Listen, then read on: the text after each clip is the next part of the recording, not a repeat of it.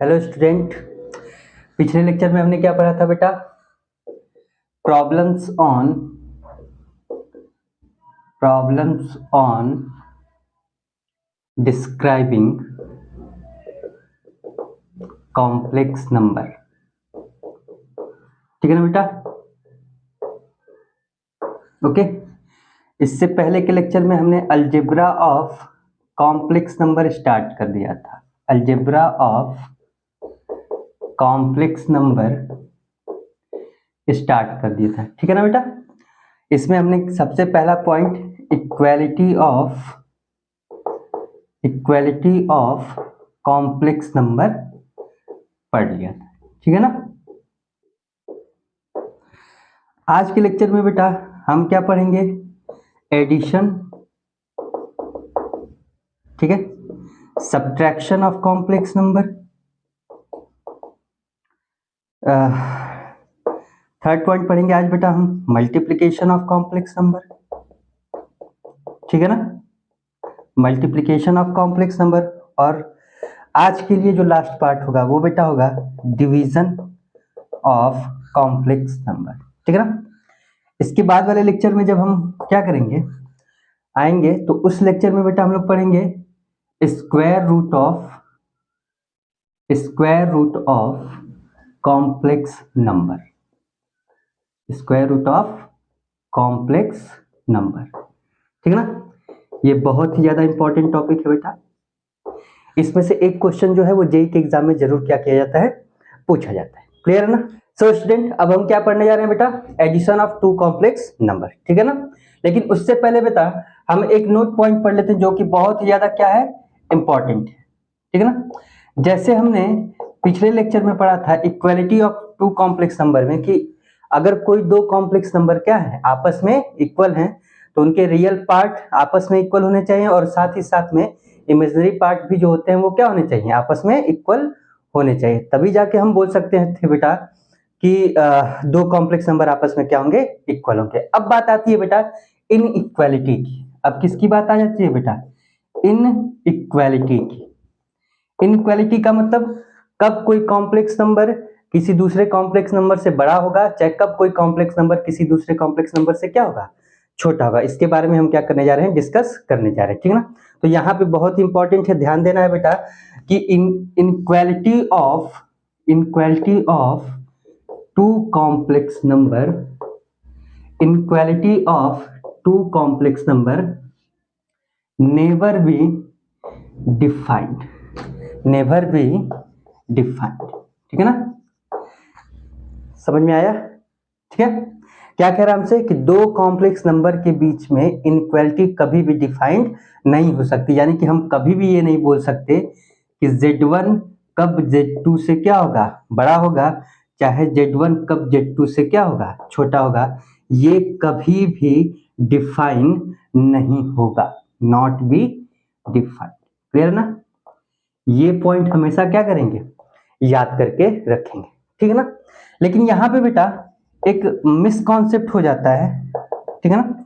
Misconcept का मतलब जैसे अभी हमने सीखा कि inequality of two complex number never be defined, मतलब कभी भी हम ये नहीं बता सकते कि दो कॉम्प्लेक्स नंबर कब आपस में क्या होंगे, छोटे होंगे, कब कॉम्प्लेक्स नंबर आपस में क्या होंगे, बड़े होंगे। लेकिन एक स्पेशल केस है बेटा, ये भी इंपॉर्टेंट पॉइंट है, इसको नोट कर लीजिएगा। ठीक है ना? स्पेशल केस क्या है कि जब जब इमेजिनरी पार्ट ऑफ Z1, चाहे imaginary part of complex number B0, जब जब क्या हो, imaginary part of complex number B0 हो जाए, तो हमने पढ़ा था ना कि जब जब imaginary part of complex number क्या हो जाए, 0 हो जाए, तो उस कंडीशन में जो कॉम्प्लेक्स नंबर होता था वो एक रियल नंबर बन जाता था। ठीक है ना? वो क्या बन जाता था बेटा, एक रियल नंबर। क्लियर ना? तो अब तो रियल नंबर के कॉन्सेप्ट में तो हम इनइक्वालिटी पढ़ चुके हैं। रियल नंबर के कॉन्सेप्ट में हम क्या कर चुके हैं, इनइक्वालिटी वाला टर्म पढ़ चुके हैं। तो सेम वही प्रोसेस यहाँ पे भी लगाएंगे कि अगर imaginary part of complex number क्या हो जाए, 0 हो जाए, तो उस कंडीशन में हम इनइक्वालिटी को क्या कर सकते हैं, सॉल्व कर सकते हैं। क्यों? क्योंकि उस टाइम पे वो कॉम्प्लेक्स नंबर ना रह के एक रियल नंबर क्या होता है, बन जाता है। क्लियर है ना? समझ में आ गया? ओके, आगे बढ़े तब। क्लियर है ना? Okay, note down this. ध्यान देंगे बेटा, हम क्या पढ़ने जा रहे हैं बेटा? Addition of two complex number, ठीक है ना। तो सबसे पहले हम क्या करेंगे, दो कॉम्प्लेक्स नंबर मान लेंगे, एक Z1 और एक क्या मान लेंगे बेटा, Z2, ठीक है ना। Z1 ऐसा होगा बेटा A1 प्लस IB1 और Z2 कैसा होगा बेटा A2 प्लस IB2, क्लियर है ना। ओके, अब हमें जब दो कॉम्प्लेक्स नंबर को आपस में क्या करना है, ऐड करना है। जब दो कॉम्प्लेक्स नंबर को आपस में क्या करना है, ऐड करना है, तो हमेशा ये ध्यान देना है कि कॉम्प्लेक्स नंबर के जो रियल पार्ट होंगे, कॉम्प्लेक्स नंबर के जो रियल पार्ट होंगे, जैसे यहाँ पे जो दिया गया है, ठीक है ना, ये दोनों क्या होंगे, आपस में ऐड हो जाएंगे, क्लियर है ना। और कॉम्प्लेक्स नंबर के जो इमेजिनरी पार्ट्स होते हैं वो क्या होते हैं, वो आपस में ऐड हो जाते हैं, जैसा कि हमने क्या किया यहाँ पे लिख दिया, ठीक है ना। तो जब भी दो कॉम्प्लेक्स नंबर को आपस में ऐड करेंगे तो हमेशा ध्यान देंगे कि उनके रियल पार्ट्स एक साथ ऐड होंगे, उनके इमेजिनरी पार्ट्स क्या होंगे, एक साथ ऐड हो जाएंगे, ठीक है ना। इसको मैंने थोड़ा सा सुधार के लिख दिया यहाँ पे ताकि आपको कोई कंफ्यूजन ना हो कि real part of Z1 plus real part of Z2 हो जाएगा, ठीक है ना, plus I times of imaginary part of Z1 plus imaginary parts of Z2, ये क्या होंगे, आपस में ऐड हो जाएंगे, क्लियर है ना। तो एडिशन करते टाइम पे बस हमें क्या करना है, इस वाले पॉइंट पे फोकस करना है, क्लियर है ना, नोट डाउन कर लीजिए बेटा। अब हम क्या करने जा रहे हैं, अब हम दो कॉम्प्लेक्स नंबर का सब्ट्रैक्शन फाइंड आउट करने जा रहे हैं, ठीक है ना। तो फिर से हमने मान लिया बेटा कि दो कॉम्प्लेक्स नंबर हैं Z1 एंड Z2, ठीक है ना, और वो ऐसे हैं कि Z1 इज इक्वल टू क्या है बेटा A1 प्लस IB1 और Z2 जो है वो क्या है बेटा A2 प्लस IB2, ठीक है ना। तो अब हमें फाइंड का क्या करना है बेटा, Z1 माइनस Z2, ठीक है ना।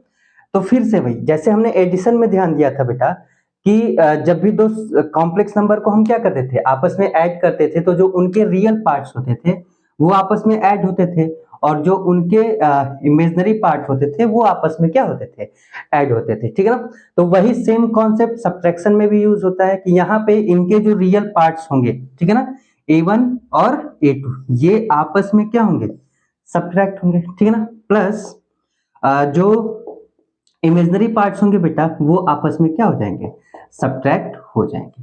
तो एडिशन और सब्ट्रैक्शन दोनों का कॉन्सेप्ट क्या होता है बेटा, सेम होता है कि रियल पार्ट्स को रियल पार्ट्स के साथ ही क्या करना है, ऐड करना है चाहे सब्ट्रैक्ट करना है, इमेजिनरी पार्ट को इमेजिनरी पार्ट के साथ ही क्या करना है, ऐड करना है चाहे सब्ट्रैक्ट करना है। इसको जरा सा अच्छे से अगर मैं लिख दूं बेटा तो ये कुछ ऐसा बन के आ जाएगा कि Z1 minus Z2 is equal to real part of Z1 minus real part of Z2, ये एक साथ में हो जाएंगे, क्लियर है।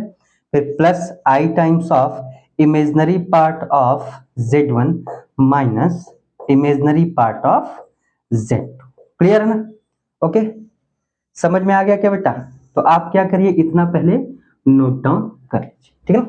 पहले हम चारों कॉन्सेप्ट पढ़ लेते हैं कि कैसे एडिशन करेंगे, कैसे सब्ट्रैक्शन करेंगे, कैसे मल्टीप्लिकेशन करेंगे और कैसे डिवीजन करेंगे, ठीक है ना।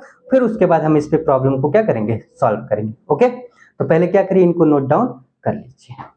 अब ध्यान देना है बेटा, अब हम क्या करने जा रहे हैं बेटा, multiplication of two complex number. तो फिर वही हमने मान लिया कि Z1 और Z2 जो है वो क्या है, दो कॉम्प्लेक्स नंबर है और वो ऐसे हैं कि Z1 is equal to A1 plus IB1 और Z2 जो है वो क्या है A2 प्लस IB2, ठीक है ना। और हमें फाइंड आउट क्या करना है बेटा, Z1 इंटू Z2, हमें क्या फाइंड आउट करना है बेटा, Z1 इंटू Z2, ठीक है ना। तो हम सिंपली इनकी वैल्यूज यहाँ पे क्या करते हैं, पुट कर देते हैं, तो ये हो जाएगा A1 plus IB1 into A2 plus IB2, clear है ना। अब एक सिंपल सा रूल हमने पढ़ा था बेटा रियल नंबर के टर्म में कि अगर कहीं पे ऐसा लिखा हो A plus B into C plus D, तो हम क्या करते थे बेटा, पहले इस A को उठाते इस पूरे में क्या कर देते थे, मल्टीप्लाई कर देते थे, और उसके बाद फिर B को उठाते थे बेटा और फिर से पूरे में क्या करते थे, मल्टीप्लाई कर देते थे। तो वही टर्म हम यहाँ पे करते हैं, ये क्या हो जाएगा A into C plus A into D, फिर प्लस में B into C plus B into D, ठीक है ना। ऐसा हमने रियल नंबर के टर्म में बहुत बार किया था, ठीक है ना। तो इसी कॉन्सेप्ट का बेटा हम यहाँ पे यूज करेंगे और यहाँ पे क्या करेंगे, मल्टीप्लाई कर देंगे, ठीक है ना। तो ये कुछ ऐसा हो जाएगा बेटा A1 into A2 plus A1 into IB2, ठीक है ना। अब उसके बाद IB1 को उठाया बेटा तो ये हो जाएगा IB1 इंटू A2 प्लस यहाँ पे देखिए, यहाँ पे आई है और यहाँ पे भी क्या है आई, और आई आई आपस में मल्टीप्लाई होके क्या हो जाएंगे आई स्क्वायर, क्लियर है ना। और आई स्क्वायर की जो वैल्यू होती है वो क्या होती है माइनस ऑफ 1, ठीक है ना। और उस माइनस ऑफ 1 को यहाँ पे अगर रखा जाए तो वो इस प्लस को क्या कर देगा माइनस में कन्वर्ट कर देगा, क्लियर है ना, सिंपल है। अब उसके बाद बचा क्या बेटा b1 into b2, b1 into b2, clear है ना।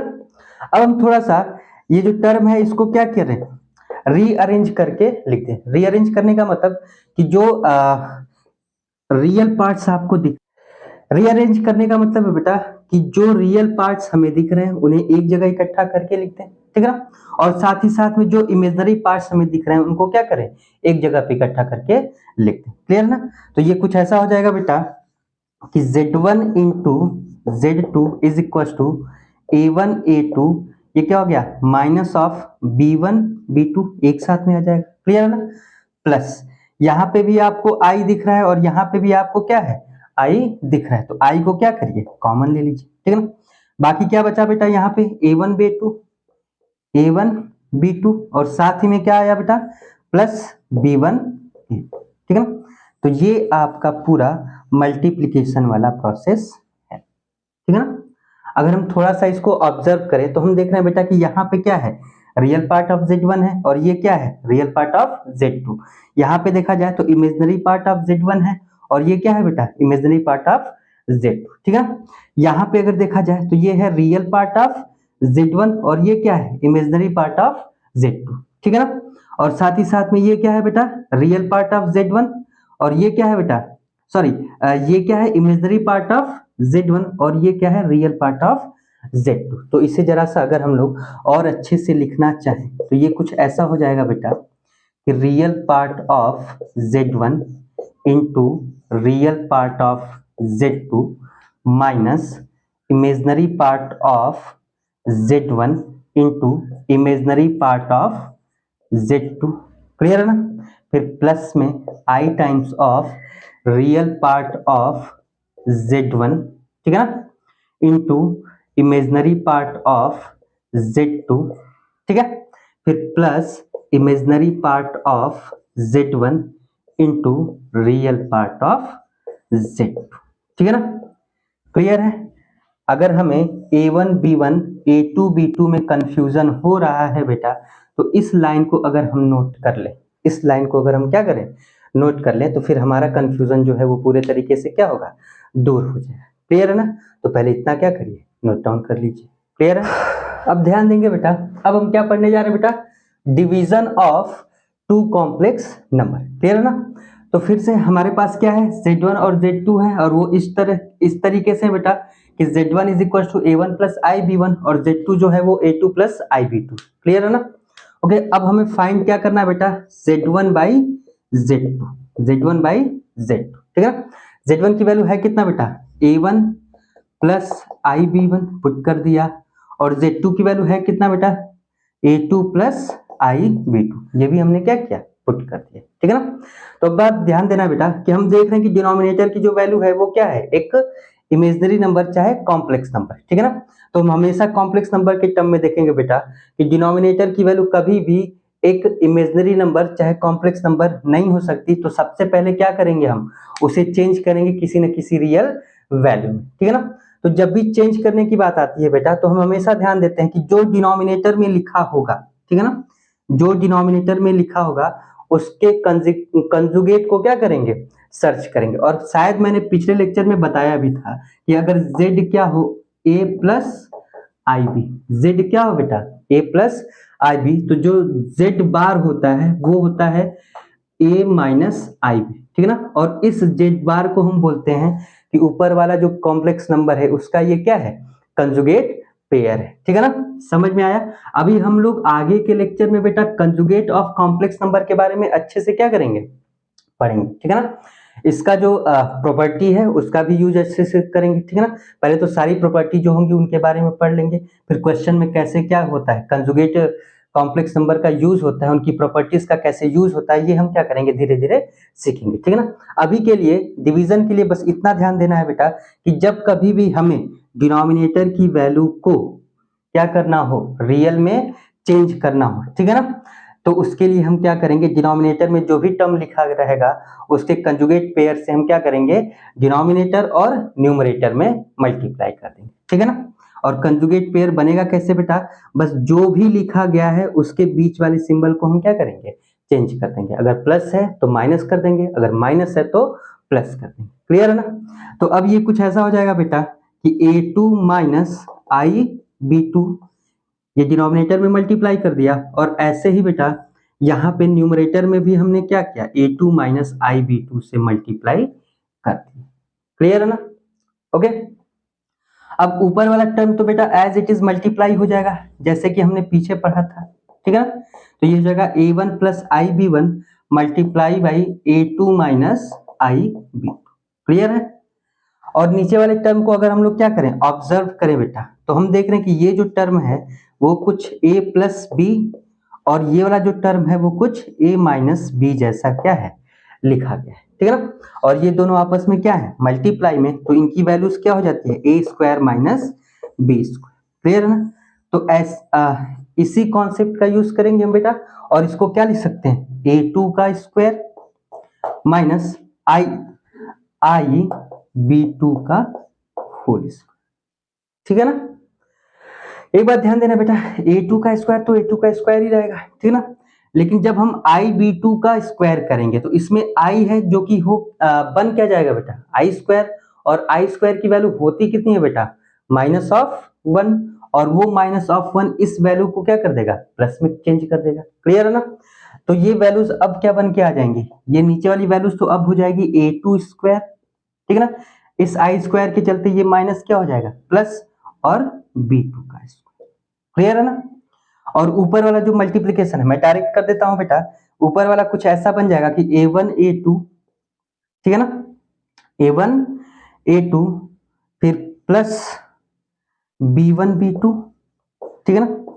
ये प्लस क्यों होगा, क्योंकि हम यहाँ पे जब क्या करेंगे बेटा, आई b1 और आई b2 को आपस में मल्टीप्लाई करेंगे, ठीक है ना, तो आई स्क्वायर बन जाएगा, और आई स्क्वायर की वैल्यू क्या होती है, माइनस ऑफ 1, और वो माइनस ऑफ 1 इस माइनस को क्या करेगा, प्लस कर देगा। तो यहाँ पे फिर क्या आ जाएगा, a1 a2 plus b1 b2, clear है ना।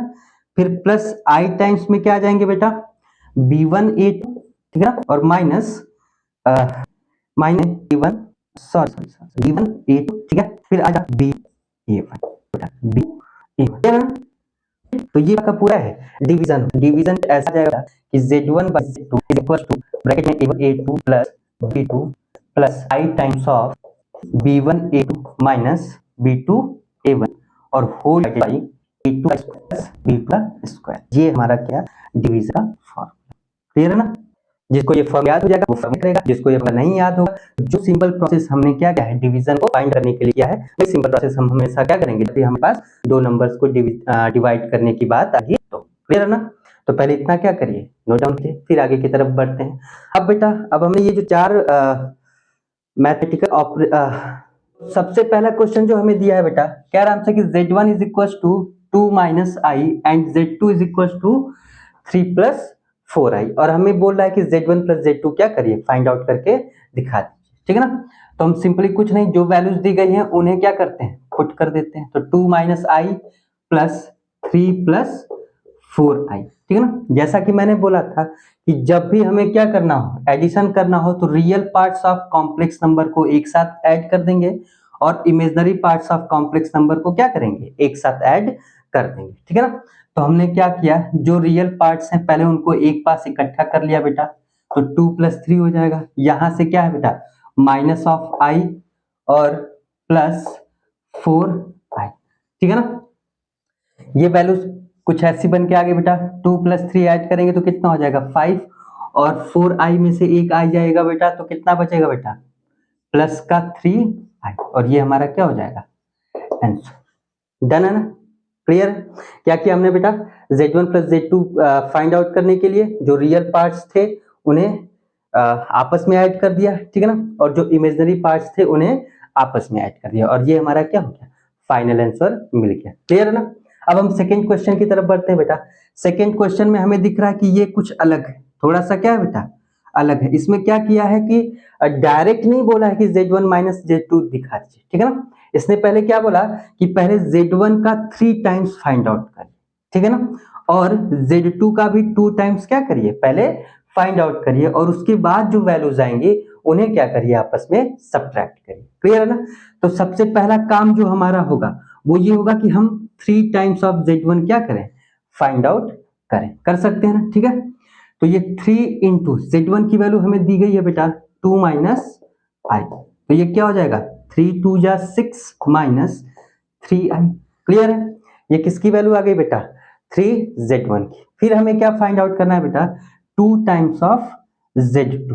क्या फाइंड आउट करना है 2 टाइम्स ऑफ Z2। तो ये कुछ ऐसा हो जाएगा बेटा 2 इंटू Z2 की वैल्यू है कितनी बेटा 3 प्लस 4i, ठीक है ना। 2 को अंदर ले जाके मल्टीप्लाई किया बेटा तो 2 3 जा 6 और प्लस 8i।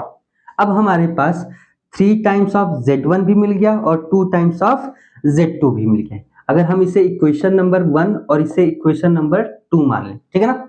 और हमें अब क्या चाहिए बेटा 3Z1 माइनस 2Z2, यानी कि ये जो दोनों इक्वेशन हैं, इक्वेशन फर्स्ट और इक्वेशन सेकंड, इन दोनों को आपस में क्या कर दिया जाए, सब्ट्रैक्ट किया जाए तो हमारी वैल्यूज मिल जाएगी। क्या बोलो भाई, हाँ या ना, ठीक है ना।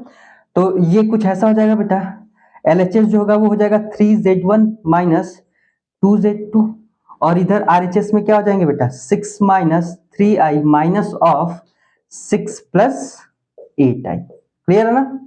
इस माइनस सिंबल को अगर हम लोग अंदर की तरफ लेके जाए तो ये कुछ ऐसा हो जाएगा 6 minus 3i minus of 6 minus of 8i, ठीक है ना। ये प्लस का 6 माइनस के 6 से क्या हो जाएगा कैंसिल आउट और ये माइनस का 8i माइनस के 3i के साथ ऐड हो जाएगा और फाइनल आंसर हमें क्या मिलेगा बेटा 11i, ठीक है ना।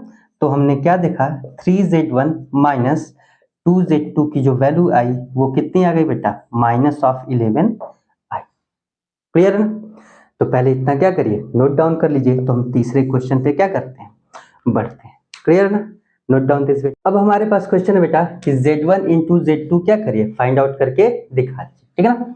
तो इसके लिए क्या करेंगे 2 माइनस आई इंटू 3 प्लस 4i लिख लें, ठीक है ना। अब हम 2 को उठाएंगे और उस पूरे में क्या करेंगे मल्टीप्लाई कर देंगे, तो ये कुछ ऐसा हो जाएगा बेटा 2 इंटू 3, ठीक है ना। फिर उसके बाद प्लस 2 इंटू 4i। क्लियर है, ओके। और साथ ही साथ अगर हम माइनस आई को उठाएं और फिर क्या करें पूरे में मल्टीप्लाई करें तो ये वैल्यूज कुछ ऐसी हो जाएंगी बेटा कि माइनस आई इंटू 3 और उसके बाद माइनस आई इंटू 4i। क्लियर है, इतने में किसी को डाउट है क्या, नहीं ना। अब ये वैल्यू कुछ ऐसी हो जाएगी बेटा कि 2 3 जा 6 और ये कितना हो जाएगा बेटा 2 4 जा 8i, ठीक है ना। और ये वैल्यू वापस से कितनी हो जाएगी बेटा माइनस ऑफ 3i। अब यहाँ पे ध्यान देंगे बेटा कि यहाँ पे एक आई यहाँ पे है और एक आई यहाँ पे है, इन दोनों का जब आपस में क्या करेंगे प्रोडक्ट निकालेंगे तो वो आई स्क्वायर में चेंज होगा और आई स्क्वायर की वैल्यू होती कितनी है बेटा माइनस ऑफ 1। तो अगर हम आई स्क्वायर के प्लेस पे यहाँ पे क्या लिखेंगे -1 तो ये वैल्यू क्या हो जाएगी प्लस, बोलो भाई माइनस वाली वैल्यू क्या हो जाएगी प्लस, और बचेगा क्या बेटा सिर्फ 4। तो उस 4 को हमने क्या किया यहाँ पे नोट डाउन कर लिया। क्लियर है ना, ओके। अब उसके बाद करना क्या होता है नेक्स्ट स्टेप में जो रियल पार्ट्स होते हैं उनको एक साथ रखते हैं और जो इमेजनरी पार्ट्स होते हैं उनको एक साथ रखते हैं, ठीक है ना। तो ये कुछ ऐसा हो जाएगा 6 4 10 और प्लस 8i में से 3i जाएगा तो कितना बचेगा बेटा 5i और ये किसका आंसर आ गया Z1 इंटू Z2 का। क्लियर है, बोलो हाँ या ना, जाना ना भाई, तो नोट डाउन कर लो। क्लियर है, अब हम आगे बढ़ते हैं बेटा। अब हमारे पास नेक्स्ट जो क्वेश्चन है वो दे रखा है Z2 by Z1 find out कर लीजिए, ठीक है ना। तो हम सबसे पहले वैल्यूज को क्या करते हैं पुट करते हैं। अब ध्यान देना है लेकिन Z2 को बोला है सबसे ऊपर रखने के लिए, तो Z2 इसमें है क्या 3 प्लस 4i, तो 3 प्लस 4i जो है वो क्या होगा ऊपर की तरफ आ जाएगा और Z1 जो है 2 माइनस आई वो क्या हो जाएंगे नीचे की तरफ, ठीक है ना। जैसा कि मैंने पहले भी बताया था कि डिनोमिनेटर की वैल्यू कभी भी एक कॉम्प्लेक्स नंबर नहीं हो सकती, तो इसे हमें क्या करना पड़ेगा एक रियल नंबर में चेंज करना पड़ेगा, ठीक है ना। तो उसके लिए हम क्या करते हैं जो भी डिनोमिनेटर की वैल्यू होती है उसके कंजुगेट पेयर से क्या करते हैं न्यूमरेटर और डिनोमिनेटर में मल्टीप्लाई कर देते हैं। मैंने बता चुका है कि कंजुगेट होता क्या है, सिर्फ करना क्या होता है बेटा, 2 माइनस आई के इस माइनस को चेंज कर देंगे तो हो क्या जाएगा बेटा 2 प्लस आई, और 2 प्लस आई को डिनोमिनेटर में और न्यूमरेटर में दोनों में क्या किया, मल्टीप्लाई। क्लियर है ना। ये वैल्यू जो है नीचे वाली वैल्यू कुछ ऐसी हो जाएगी बेटा, ये हमको a माइनस बी और a प्लस बी दिख रहा है, ठीक ना, तो ये हो क्या जाएंगे a square minus B square, यानी कि 2 का स्क्वायर और माइनस i का स्क्वायर। क्लियर है ना। ऊपर वाली वैल्यूज को सिंपली मल्टीप्लाई कर देंगे तो ये क्या हो जाएगा 3 2 जा 6 लिख दिया बेटा, फिर उसके बाद 3i। क्लियर है ना। ओके, ये 4i इसके साथ जाएगा बेटा तो 8i हो जाएगा। क्लियर है। और ये 4i इसके साथ जाएगा बेटा तो 4i स्क्वायर हो जाएगा। क्लियर है ना। अब नेक्स्ट स्टेप में अगर हम देखें तो ये कुछ ऐसा हो जाएगा बेटा, इस देखिए ये आई स्क्वायर था, आई स्क्वायर की वैल्यू कितनी होती है -1, और -1 के चलते ये जो वैल्यूज थी वो क्या हो जाएंगे फिर से माइनस, और ये जो आई स्क्वायर है वो पूरे तरीके से क्या होगा हट जाएगा। ठीक है ना। तो बचा क्या बेटा ओनली -4, तो 6 में से 4 जाएगा तो कितना बचेगा 2। क्लियर है। और 8 और 3 कितने हो जाएंगे 11 आई। क्लियर है ना। और नीचे देखिए 2 का स्क्वायर कितना होता है बेटा 4, और आई स्क्वायर की वैल्यू कितनी होती है बेटा -1, और उस -1 के चलते ये क्या हो जाएगा +1। क्लियर है ना। तो जो फाइनल आंसर आएगा बेटा वो आएगा 2 + 11i अपॉन में 5। ठीक है ना। थोड़ा सा और सिंप्लीफाई कर देते हैं तो ये कुछ ऐसा बन के आ जाएगा 2/5 + 11/5 इंटू आई, और ये हमारा क्या हो जाएगा फाइनल आंसर। क्लियर है ना भैया, समझ में आया ना, नोट डाउन कर लीजिए। जैसा कि हमें नेक्स्ट क्वेश्चन दिख रहा है बेटा, हमसे बोला कि Z2 का स्क्वायर क्या करिए फाइंड आउट कर दीजिए। जैसा कि हमने पहले भी पढ़ चुका है कि जो a स्क्वायर होता है वो बेसिकली होता क्या बेटा a इंटू ए। ठीक है ना। तो इसके बेसिस पे हमने क्या किया Z2 के होल स्क्वायर को लिख दिया Z2 इंटू Z। क्लियर है। यानी कि वो हमसे Z स्क्वायर ना पूछ के क्या पूछ रहा है Z2 इंटू Z2। क्लियर है ना। फिर हमने क्या किया Z2 की वैल्यूज को पुट कर दिया। ठीक है ना। और फिर जैसे सिंपल क्या करते हैं कैलकुलेशन करते हैं वैसे क्या करेंगे आगे की तरफ प्रोसीड करेंगे। ठीक है ना। अच्छा बताइए 3 + 4i इंटू 3 + 4i इसका मतलब क्या हुआ कि ये क्या है 3 + 4i का होल स्क्वायर है। ठीक है ना। और इसको हमने क्या किया a + b, मतलब कि अगर ये क्या है होल स्क्वायर है भाई तो a + b के होल स्क्वायर पे हम इसको क्या कर सकते हैं वापस से तोड़ सकते हैं ना। ठीक है ना। तो हमने क्या किया इसको वापस से a + b के होल स्क्वायर पे क्या किया तोड़ दिया, तो ये बन क्या जाएगा बेटा 3 का स्क्वायर बोले तो 9। ठीक है ना। फिर 4i का square plus 2 times of 3 into 4 है। क्लियर है ना। ओके, ये तो 9 ही रहेगा। यहाँ पे देखेंगे बेटा ये जो i है i स्क्वायर में जाएगा। ठीक है ना। और i स्क्वायर की वैल्यू होती कितनी है बेटा -1, और वो -1 फिर से क्या हो जाएगा माइनस हो जाएगा। और इधर देख रहे हैं ये जो 4 लिखा गया 4 का स्क्वायर कितना होता है बेटा 16, तो ये पूरा का पूरा वैल्यू क्या आ गया -16। क्लियर है ना। इधर मल्टीप्लाई करेंगे 2 3 जा 6, 6 4 जा 24, तो 24 आई। क्लियर है ना। अब 9 जो है वो -16 में से सब्ट्रैक्ट होके -7 छोड़ के जाएगा। क्लियर है ना। और प्लस ये कितना हो जाएगा 24 आई। तो हम क्या देख रहे हैं कि z स्क्वायर की जो वैल्यू है वो कितनी निकल के आ गई -7 + 24 आई। क्लियर है ना।